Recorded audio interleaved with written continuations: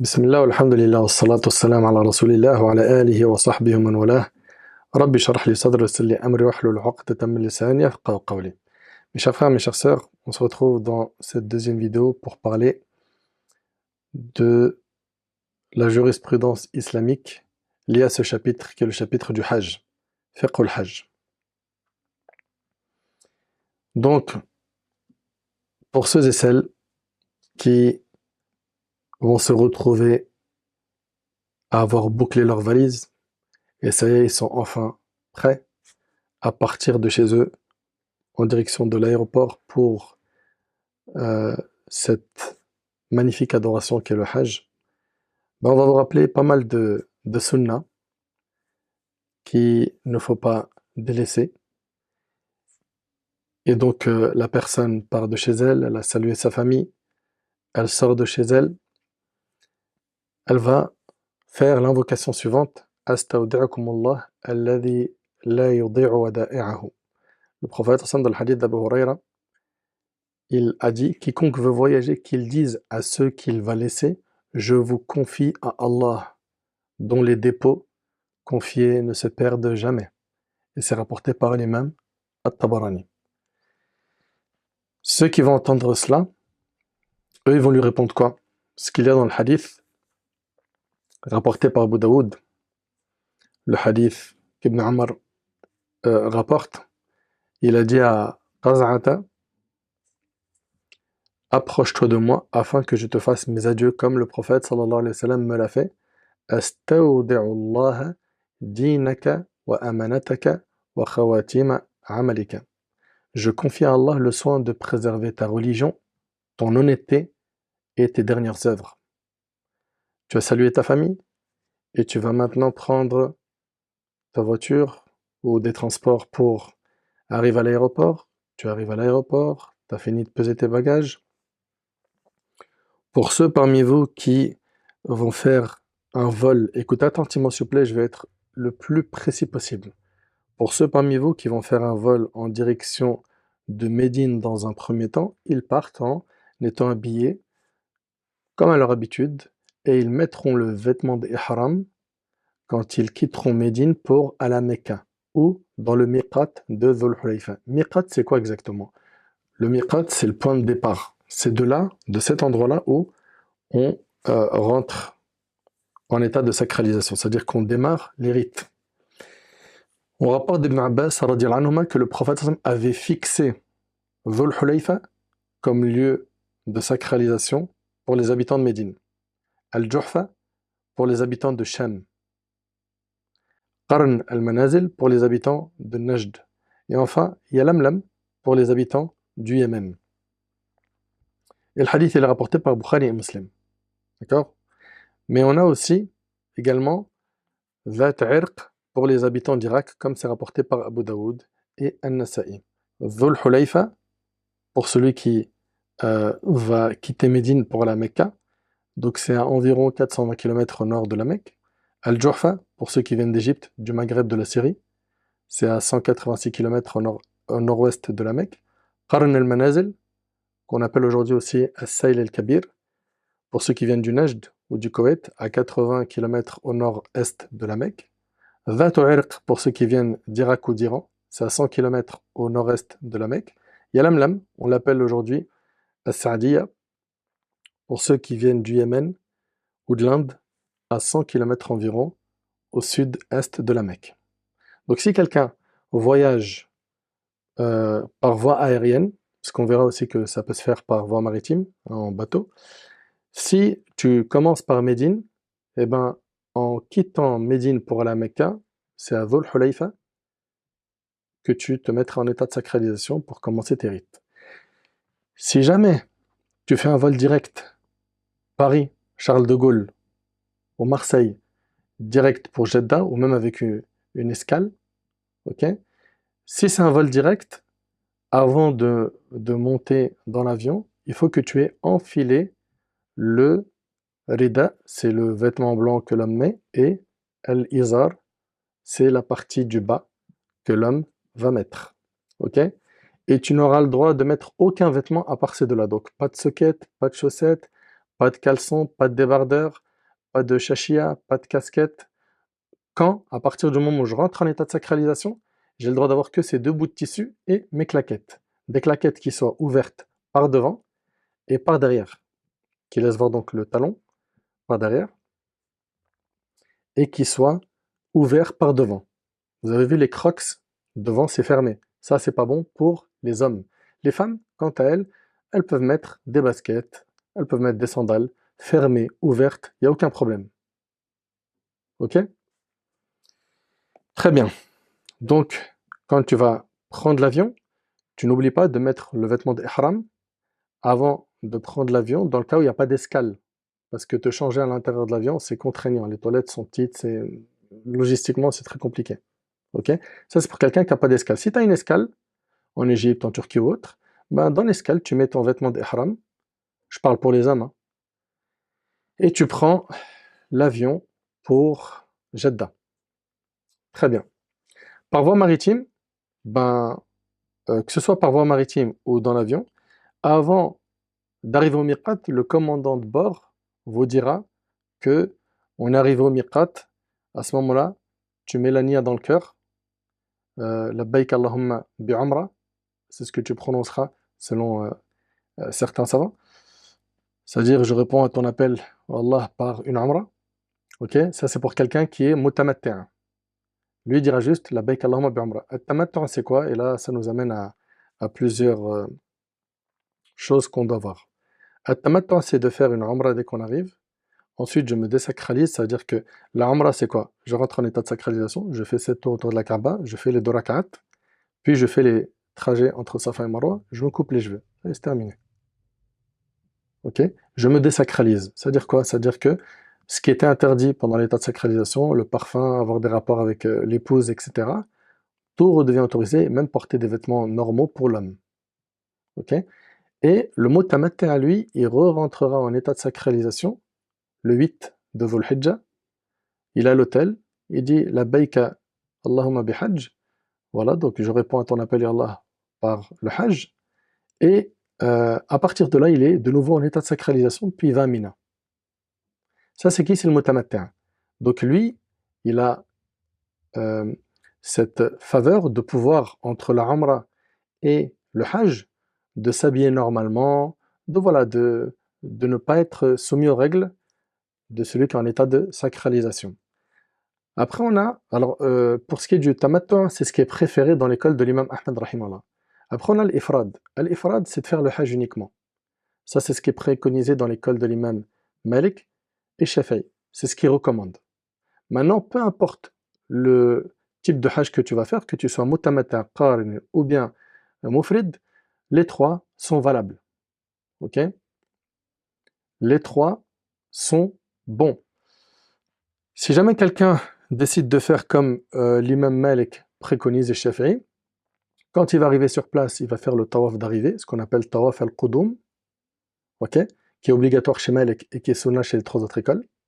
Il va faire 2 rak'at après, puis soit il fera le sa'i, les trajets entre Safa et Marwa, juste après le tawaf, ou il le remettra plus tard quand il aura fait le tawaf al-ifada, qui lui fait partie des piliers. Et pour terminer, on a al-qarin. Al-qarin, chez Abu Hanifa, rahimahullah, c'est ce qui est préconisé. Et al-qarin, il va venir, il va faire une umrah, donc tawaf et sa'i, puis après il fera tawaf al-ifada, qui est un pilier, et il fera le sa'i, qui est un pilier. Donc le qarin, chez Abu Hanifa, il fait 2 tawaf, 2 sa'i. Chez Malik, rahimahullah, et Shafi'i, il fait un tawaf d'arrivée et un tawaf pilier, qu'on appelle tawaf al-ifada, et il fait un seul sa'i qui place là ou là. Ok? Et on a l'imam Ahmad, il fait l'umrah, donc tawaf sa'i, puis après, il fait le hajj, où il y aura tawaf al-ifada et sa'i également. Très bien. Donc toi, ces points-là, on va les revoir, hein, vous inquiétez pas, je les ai abordés comme ça, on dégrossit les chapitres petit à petit. Toi, tu vas monter dans l'avion, tu n'oublies pas Dua Safar. Ok? Le prophète, alayhi salatu wassalam, quand il s'installait sur son chameau en vue d'un voyage, il disait 3 fois de suite Allahu Akbar, Allahu Akbar, Allahu Akbar, Subhanalladhi sakhara lana hadha wa ma kunna lahu muqrinin, وإنا إلى ربنا لمنقلبون اللهم إنا نسألك في سفرنا هذا البر والتقوى ومن العمل ما ترضى اللهم هون علينا سفرنا هذا واطوي عنا بعده اللهم أنت الصاحب في السفر والخليفة في الأهل اللهم إني أعوذ بك من وعثاء السفر وكآبة المنظر وسوء المنقلب في المال والأهل والولد. Ce qui signifie gloire et pureté à celui qui a mis ceci à notre service et nous n'étions nullement capables nous-mêmes de lui soumettre. Nous devons certainement retourner à notre Seigneur. Seigneur Allah, nous te demandons dans notre voyage-ci l'obéissance à toi et la piété ainsi que tout acte digne de ta satisfaction. Seigneur Allah, tu es le compagnon dans le voyage et le remplaçant dans la famille. Seigneur Allah, je me mets sous ta protection contre les fatigues du voyage, contre toute source de chagrin, et pour ne trouver à notre retour aucun mal nous ayant frappé dans nos biens, nos familles et nos enfants. À son retour de voyage, le prophète sallam disait la même chose et il ajoutait Aïboun abidun li rabbina hamidun. Nous voici de retour, repentants, adorant notre Seigneur et le louant, et c'est rapporté par Muslim. Donc certains vont commencer par Médine, d'autres vont partir directement à la Mecque. Ok? Ceux parmi nos frères et nos sœurs qui vont partir à la Mecque, ils montent dans l'avion. S'il n'y a pas d'escale, il met directement son vêtement d'ihram. Ok? Et on vous a dit qu'il y a trois types. Là, on va rentrer directement dans le vif du sujet. Et on vous a dit qu'il y a trois types de pèlerinage. Al-Ifrad, ce qui est préconisé par l'imam Malik et l'imam Shafi'i, c'est l'intention d'effectuer un hajj uniquement. Ok? Donc on n'y fait pas d'umra, on fait le tawaf d'arrivée. Puis après, il y a le sa'i qui est un pilier à faire soit derrière le tawaf al-qudum d'arrivée, soit à faire après le tawaf al-ifada. Le tamattu', donc c'est une umra, tawaf, sa'i, et après il y a le tawaf et sa'i qui sont des piliers. Alors, vous avez entendu que je dis piliers depuis tout à l'heure. Les piliers du hajj, ils sont au nombre de 4. Ok? 4 piliers. Un pilier, c'est quoi? C'est un acte qui est obligatoire, son absence rend le hajj caduc. Il y a 4 piliers. L'entrée en état de sacralisation. Quelqu'un qui ne rentre pas en état de sacralisation, ben il n'a pas commencé le hajj. 2. La station à Arafah, al-wuquf bi Arafah. Quelqu'un qui n'est pas allé à Arafah jusqu'à ce que le fajr du 10e jour de Dhul Hijjah apparaisse, c'est-à-dire Yawm al-Nahr, le jour du Eid. C'est-à-dire que jusqu'au fajr du jour du Eid, il n'est pas allé à Arafah, son hajj il est caduc. Son hajj est caduc. Lui, rendez-vous l'année prochaine. Il annule son hajj. Pourquoi? Parce que la station Arafah elle est obligatoire. Parmi aussi les piliers, il y a le tawaf ifada, c'est un tawaf de 7 tours, qui est un pilier. Et aussi le sa'i, c'est les 7 trajets qu'on fait entre Safa et Marwa. Voilà, 4 piliers. Entrer en état de sacralisation. 2, c'est la station Arafah. 3, c'est tawaf al-ifada. 4, sa'i. Et chez Shafi'i, il y a le fait de se couper les cheveux. C'est un pilier. Ok? On ne considère pas dans les autres écoles que c'est un pilier. Ça veut dire quoi un pilier? Ça veut dire que si je ne le fais pas, mon hajj il est caduc. Okay? Pour celui qui n'a pas fait sa'i au tawaf al-ifada, il faudra qu'il revienne, même s'il est parti dans son pays, pour faire le sa'i et le tawaf al-ifada qu'il n'a pas fait. Ok. Le qarin, on vous a dit que c'est ce qui est préféré chez Abu Hanifa, c'est l'intention de faire la umra et le hajj ensemble. C'est un état de sacralisation pour les deux. La personne qui est en ifrad, elle dira labbaik Allahumma bihajj. Ok? La personne qui est en tamattu', elle dira labbaik Allahumma bi'umra. Puis le 8 de Dhul Hijjah, en allant à Mina, labbaik Allahumma bihajj. Et le qarin, il dira labbaik Allahumma bihajj wa umra. Si quelqu'un dit labbaik Allahumma bihajj wa umra en pensant qu'il est mutamatti', qu'il sache qu'il est qarin. Ok? Très bien. Les piliers du hajj, on les a. L'état de sacralisation, la station Arafat, Tawaf al-Ifada, qui se fait après Arafat. Alors, il se fait après Arafat, oui. Chez Shafi'i et Ahmed, ils peuvent se faire après Nisful Layl, hein, de Muzdalifa. C'est-à-dire que si la personne veut quitter Muzdalifa après la moitié de la nuit, il peut non seulement chez l'imam Ahmed et Shafi'i lapider la grande stèle, d'accord, Jamratul Aqaba, et faire suivre cela par Tawaf al-Ifada. Me concernant, je resterai jusqu'au Fajr pour faire ce que le prophète m'a fait. C'est sunnah de passer la nuit à Muzdalifa, et puis on fera dua après Subh comme le prophète sallam a fait, et on partira un peu avant le lever du soleil pour lapider la grande selle. Voilà, on fera le nécessaire pour ne pas louper de sunnah. Et on a le sa'i qui est un pilier également. Donc un pilier, ça ne se répare pas. Ça veut dire quoi? Ça veut dire que si je ne l'ai pas fait, mon hajj il est caduc. Par contre, un acte obligatoire, si je ne l'ai pas fait, c'est ça la différence entre le pilier et le hajj obligatoire, ça se répare comment? En sacrifiant une bête. Ok? Donc, je répète que le pilier, si quelqu'un n'est pas parti à Arafat du tout, il ne peut pas dire je sacrifie une bête et ça compensera ce manquement. Non, cela ne se répare pas par le sacrifice d'une bête. Ce qu'on peut réparer par le sacrifice d'une bête, c'est les actes obligatoires que l'on n'a pas fait. Et les actes obligatoires, ils sont là. Avant de les voir, j'insiste sur un point. C'est que la personne qui va faire son hajj, elle va passer par le miqat, mettre l'intention dans le cœur.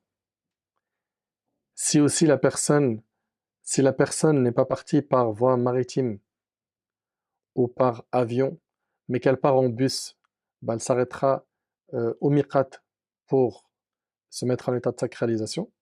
Et il est recommandé de faire 2 rak'at, sauf si le temps est déconseillé. Et si jamais il y a une prière obligatoire à ce moment-là, supposons que quelqu'un quitte Médine, il va à Dhul Hulayfa, il y a une prière obligatoire. Bah, il fera la prière obligatoire à la place de 2 rak'at. Ok? Si quelqu'un prend le train de Médine à Mecca, dans le train, il vous sera annoncé que vous êtes arrivé dans la zone du miqat, il faut entrer en état de sacralisation. Bien évidemment, avant d'arriver au miqat, il est recommandé que le pèlerin se nettoie le corps. Donc il va faire une douche, il va s'épiler les poils des aisselles du pubis, il va se couper les ongles, ok? La femme va en faire de même. Et pour nous qui allons partir d'abord à Mecca, on fera cette douche chez nous, dans notre domicile, ok? Très bien. Si la personne part de Médine, elle le fera, ben voilà, à Médine avant de partir, faire son rite. Les hommes, quant à eux, ils mettront le izar et le rida et ils ne porteront aucun vêtement à part cela. Il arrive au miqat, il ne faut pas qu'il ait d'autres vêtements à part le bout de tissu en haut et le bout de tissu en bas. Très bien. Dès qu'il arrive au miqat, il dit labbaïka hajjan ou labbaïka Allahumma bi hajj, ça y est, c'est un mufrid, selon ce que dit Malik, selon ce que préconise Malik et Shafi'i. S'il dit labbaïka Allahumma bi umra, il est ici dans le mode tamattu', parce qu'il fera après le hajj plus tard. S'il dit labbaïka Allahumma bi umra wa hajj, il est qarin. Très bien.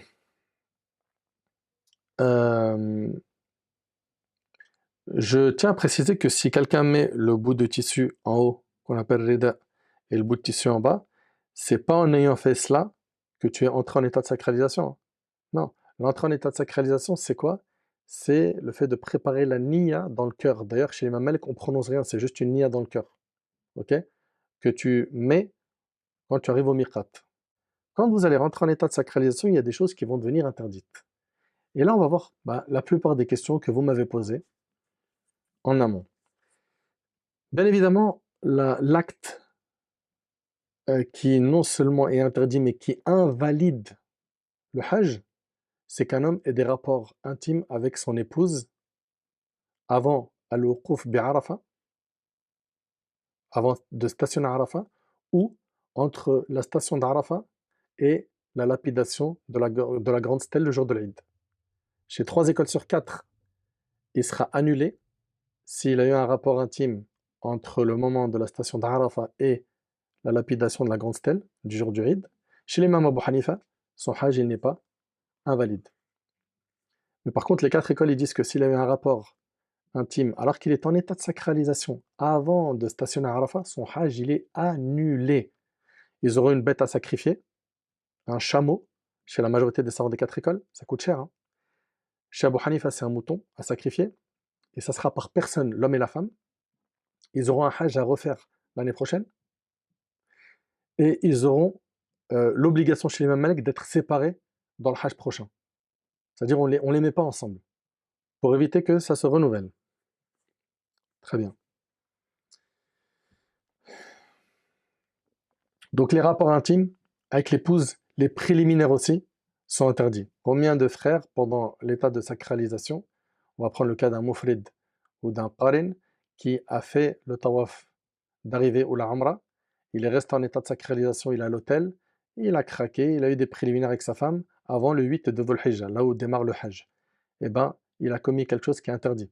Et s'il y a un écoulement de sperme, chez Malik, son Hajj il est annulé. Très bien. Euh, S'il a eu un rapport avec sa femme et qu'il a stationné à Arafat, il devra finir tout son Hajj. S'il n'a pas stationné à Arafat, il devra clôturer son Hajj par une Umrah. On vous a dit il y a une bête à sacrifier, rendez-vous l'année prochaine pour qu'il refasse le Hajj. Parce que ce Hajj-là, il l'a annulé. C'est alors la seule action qui est non seulement interdite et qui annule le Hajj. Quoi? Le fait d'avoir des rapports avec sa femme pendant l'état de sacralisation. Ok. Très bien. Parmi les choses qui seront interdites dès qu'on entre en état de sacralisation, il y a le fait de se couper les cheveux. Par contre, si en faisant les ablutions ou en faisant une douche, quelques cheveux tombent, de manière non volontaire, j'ai aucune bête à sacrifier. Ok? Parmi les choses également qui sont interdites, il y a le fait de se couper les ongles pendant que je suis en état de sacralisation. Parmi les choses qui sont interdites également pendant l'état de sacralisation, le fait de se parfumer. Utiliser un savon parfumé. Pour ce qui est des parfums, non seulement vous savez qu'ils sont interdits quand on est en état de sacralisation, mais il n'y a pas que les parfums. Il y a aussi ce qui est parfumé. Et dans le fiqh al-maliki wa adillatuhu, parmi les choses qui seront interdites, il y a le fait de mettre une crème pour l'homme et la femme, sur le corps ou sur les cheveux, ou sur la barbe, avec une crème qui est parfumée, ou qui n'est pas parfumée sans raison valable, c'est pas permis. Et s'ils le font, ils auront une fidya. La fidya, je vous demande d'écrire. Il y a fidya, il y a hadi. Hadi, c'est quand on enfreint une règle parce que j'ai pas fait un acte obligatoire. Ok? Par exemple, j'ai pas dormi à Mina, ayam et-tashriq. Chez la majorité des savants, c'est wajib, chez Abu Hanifa, c'est sunnah. Et bien si je dors pas à Mina, je passe pas la nuit à Mina, j'ai manqué un acte obligatoire, j'ai une bête à sacrifier. Le hadi, si j'ai pas les moyens, je jeûne 10 jours. 3 jours sur place et 7 quand je rentre. Voilà. Pour ce qui est du hadi, 2 options. Chez l'imam Malik, ça se fera ce hadi-là à Mecca. Allah Ta'ala dit hadiyan baligh al-Kaaba. Et pour ce qui est de la fidya, j'ai le choix. J'ai le choix entre soit sacrifier un mouton, nourrir 6 pauvres ou jeûner 3 jours. J'ai le choix.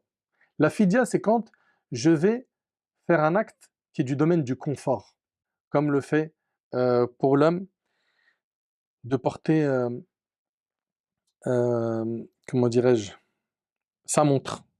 Ok? Il y a fidya. Ok? On verra hein, que la montre et la bague, chez l'imam Malik, pour l'homme, non. Pour la femme, il n'y a pas de problème. Et chez les autres savants, il y a une ouverture. Si quelqu'un veut mettre sa montre, sa bague, il n'y a pas de souci. Et que vous fassiez selon Malik ou selon une autre école, personne ne vous blâme. Ce qu'on vous préconise par contre, c'est quoi? C'est de suivre quand même une des 4 écoles, d'être cohérent. Donc ici, il dit ويلزمهم الفدية لذلك, que si jamais ils ont شو اسمه, utilisé une crème qui contient un parfum, hein, une bonne odeur, hein, elle est mutayyaba, elle a un parfum, elle est parfumée, ou non, sans raison valable, ils auront soit une bête à sacrifier, soit 6 pauvres à nourrir, soit 3 jours de jeûne à jeûner. أما إذا كان لعلة جاز الادهان. Voilà. Il dit ici que si par contre ces crèmes sont mises parce qu'il y a un réel besoin, une nécessité, eh ben il n'y aura pas de bête à sacrifier dans ce cas-là. Après il dit إزالة الظفر لغير عذر أو شعر أو وسخ. Enlever, arracher un ongle ou un cheveu, hein, ou enlever nettoyer la saleté de son corps en frottant.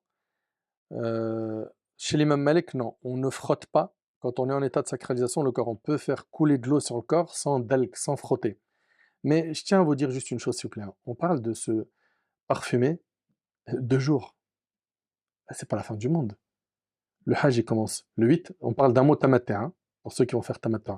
Le 8, t'es à Mina. Tu vas faire Dhuhr, Asr, Maghrib, Isha. Ok? Tu vas les faire Qasr sans jama'. C'est-à-dire que tu vas les écourter à 2 rak'at et pas 4.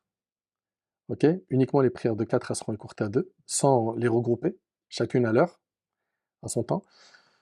Le 9, on va prier Subh à Mina, puis après on part pour Arafat, on reste là-bas jusqu'au Maghrib.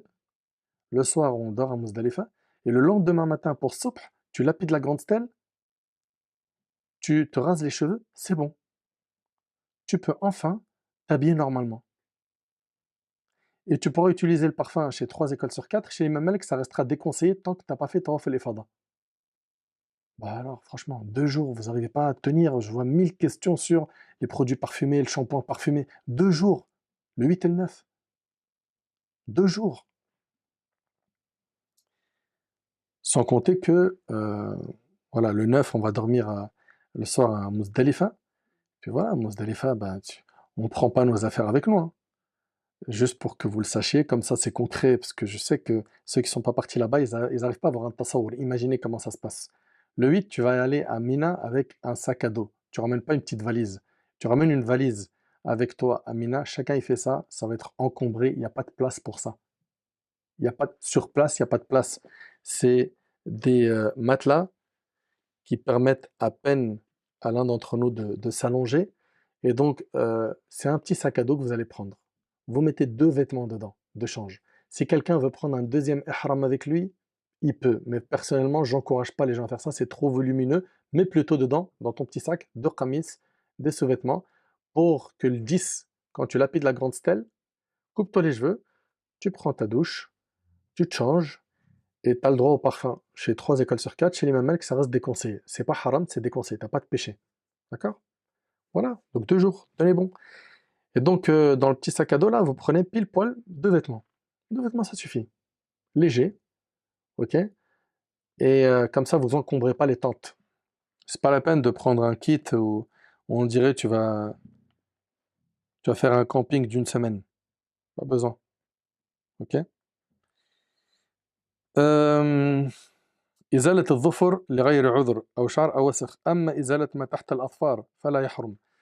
Enlever ce qui sera en dessous des ongles, c'est pas haram, ok? وكذلك غسل اليدين بما يزيل الوسخ. Aussi se laver les mains avec ce qui va enlever la saleté. من صابون ونحوه إذا كان بغير طيب. Aussi, tu as le droit d'utiliser un savon qui n'est pas parfumé. Donc si tu as besoin de laver tes mains pendant que tu es en état de sacralisation avec un savon non parfumé, il n'y a pas de problème. وكذلك إذا تساقط الشعر من أجل وضوء أو غسل. Et pareil, s'il y a des cheveux que tu perds parce que tu as fait le wudu ou tu as fait les grandes ablutions, fala shay'a fihi. Voilà, tu n'as rien à sacrifier comme bête, tu n'as pas fait d'erreur. S'il vous plaît, il faut qu'on s'habitue sur place à éteindre le mode confort dans notre cerveau. Et puis combien de jours? Je vous parle du 8 et du 9. Ok? Très bien. Vous m'avez posé la question aussi sur les savons pour laver les vêtements. Concernant le fait de prendre avec nous de la lessive pour laver nos vêtements. Pareil, je vous le rappelle, hein, le 8, c'est ton premier jour là-bas. Encore une fois, je parle à un mutamata. C'est vrai que pour un qarin et un mufrid, il va rester en état de sacralisation plus longtemps. Il y a le risque de se salir qui est lui beaucoup plus important. Mais là, je m'adresse en tout cas à ceux qui vont faire tamattu et même ceux qui seront qarin et mufrid. Dans l'école de l'imam Malik, rahimallah, si ton vêtement il est touché par une impureté, supposons il y a du sang, une femme qui a eu une tache de sang qui a touché son vêtement, elle lavera ce vêtement-là pendant qu'elle est en état de sacration qu'avec de l'eau pure et purificatrice. Point. Voilà. Bilma et tahur faqat, duna saboun wa nahwu. Sans savon et autres. Ok? Et encore une fois, je vous le dis, je vous le répète, s'il vous plaît, Allah yajzikum khair, il s'agit de 2 jours pour ceux qui feront tamattu. Taïb. Revenons aux choses qui sont haram. Il y en a plusieurs. Parmi les choses qui seront interdites quand on est en état de sacralisation, il y a le fait de se couper les cheveux, les ongles, se parfumer, utiliser un savon parfumé, conclure un mariage ou en formuler la demande pour soi ou pour un autre. Ouais. Tu ne demandes pas une femme en mariage quand tu es en état de sacralisation.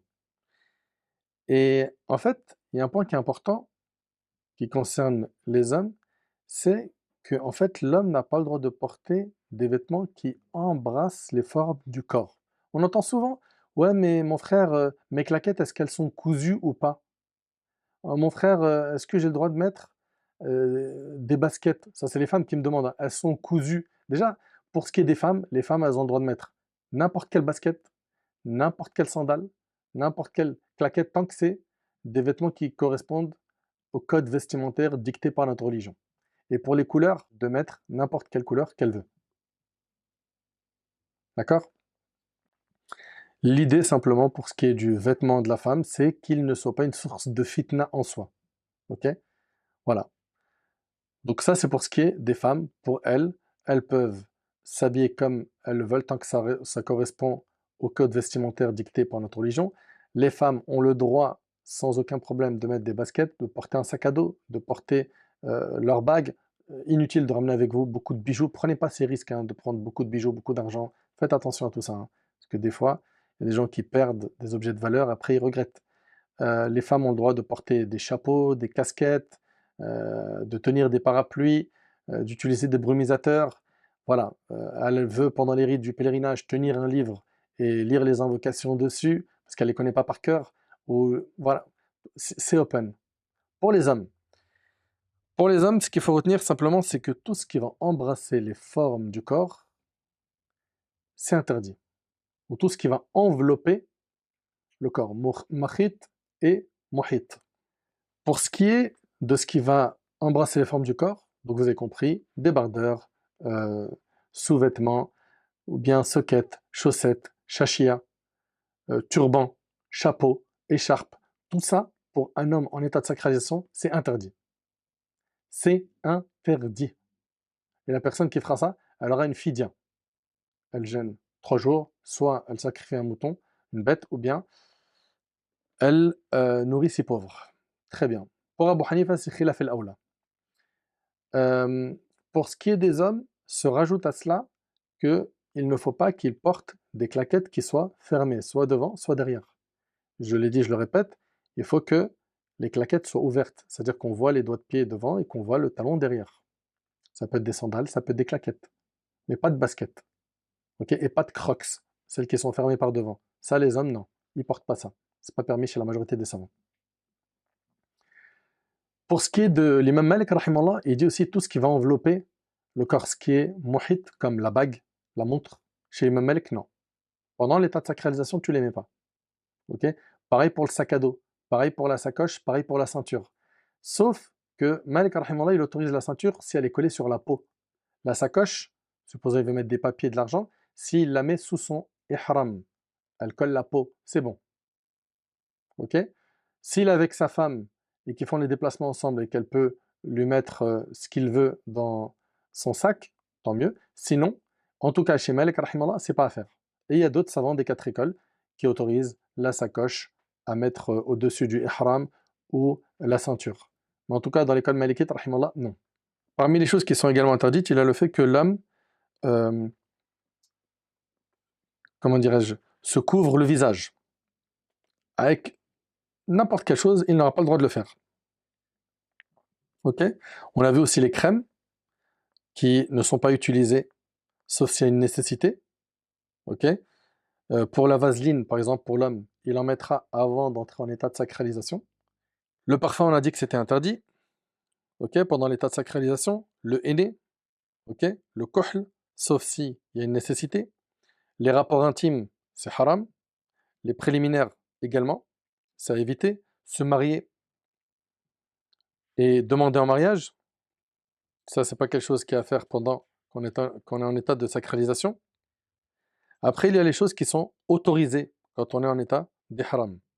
Le fait de se mettre à l'ombre d'un arbre. Également, euh, le fait que la personne porte une ceinture tant qu'elle colle la ceinture sur sa peau, pas sur le vêtement. Ok. Également, le fait de éclater un bouton où il y a du pu. C'est pas quelque chose qui demandera une compensation. Également, euh, changer de vêtements. Il n'y a pas de problème pendant l'état de sacralisation à changer de vêtements. Il n'y a aucun souci pour l'homme et pour la femme. Ok. Laver le vêtement, on a dit que c'était possible, mais avec de l'eau pure et purificatrice et pas avec du savon. Est-ce que jusque-là, vous avez des questions sur ce qui a été dit? S'il y en a, vous pouvez y aller.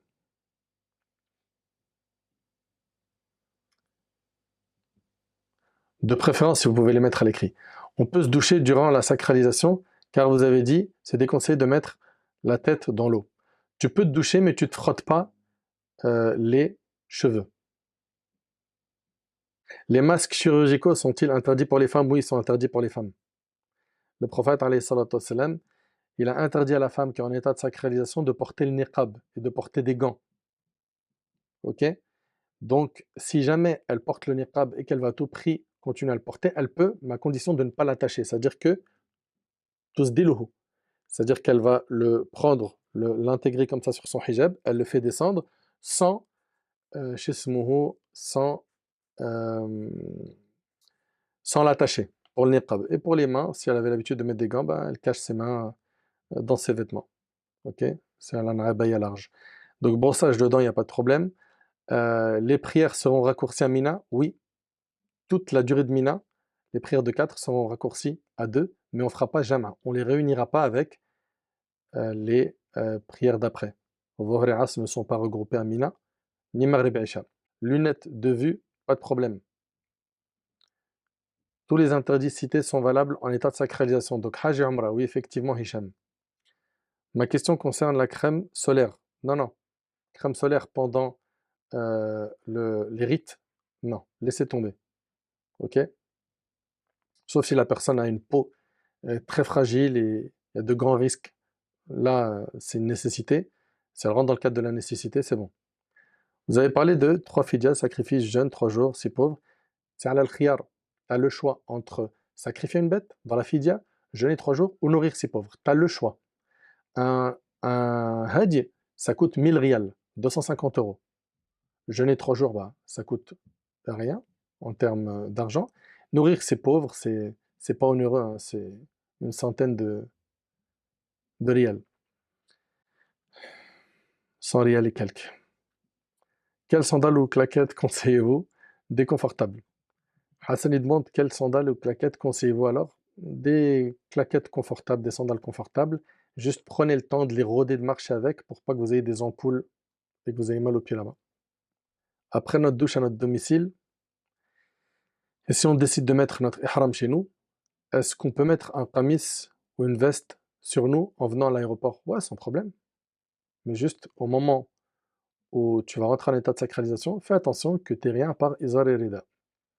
Donc on se rase la tête à Mina le jour du Hajj. Ces questions, on y vient après. Pour tout ce qui vient sur la partie manasik à partir du 8 jusqu'au 13, les questions, je vais les prendre après, Inch'Allah.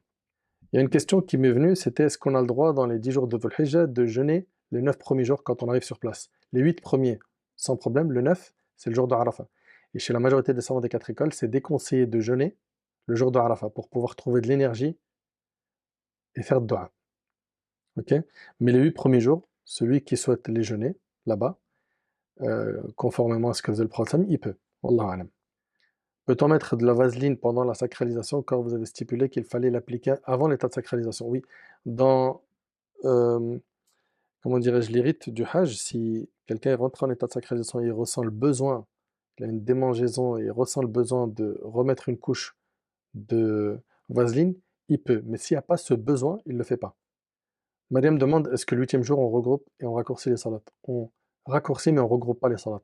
Ça, c'est ce qu'on fera à Mina.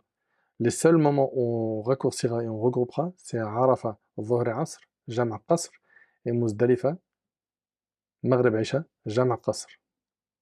Ok? Je suis arrivé au Miqat, comme on vous a dit. J'entre en état de sacralisation. Je fais très attention à tout ce qui a été dit concernant ce que j'ai le droit de porter, ce que j'ai pas le droit de porter, etc. J'arrive au Miqat.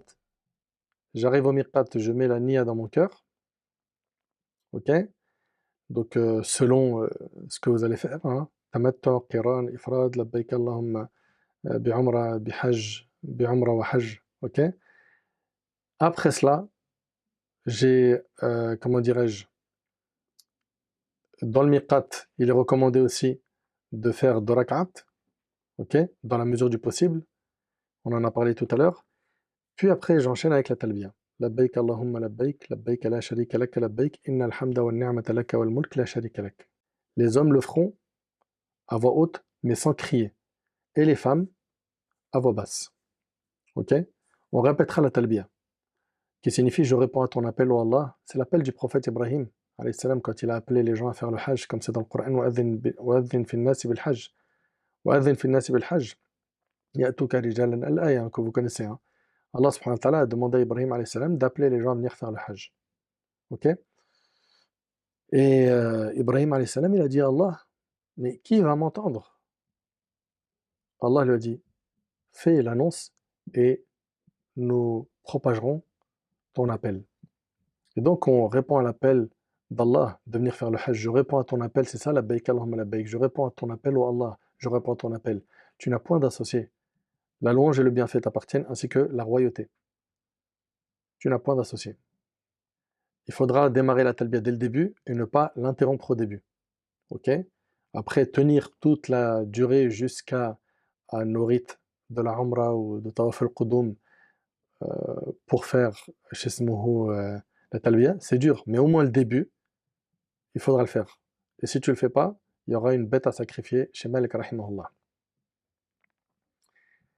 Et cette talbiya, tu l'arrêtes quand? Tu l'arrêtes quand tu approches la porte de la mosquée de la Kaaba, c'est-à-dire dès que tu arrives à l'esplanade.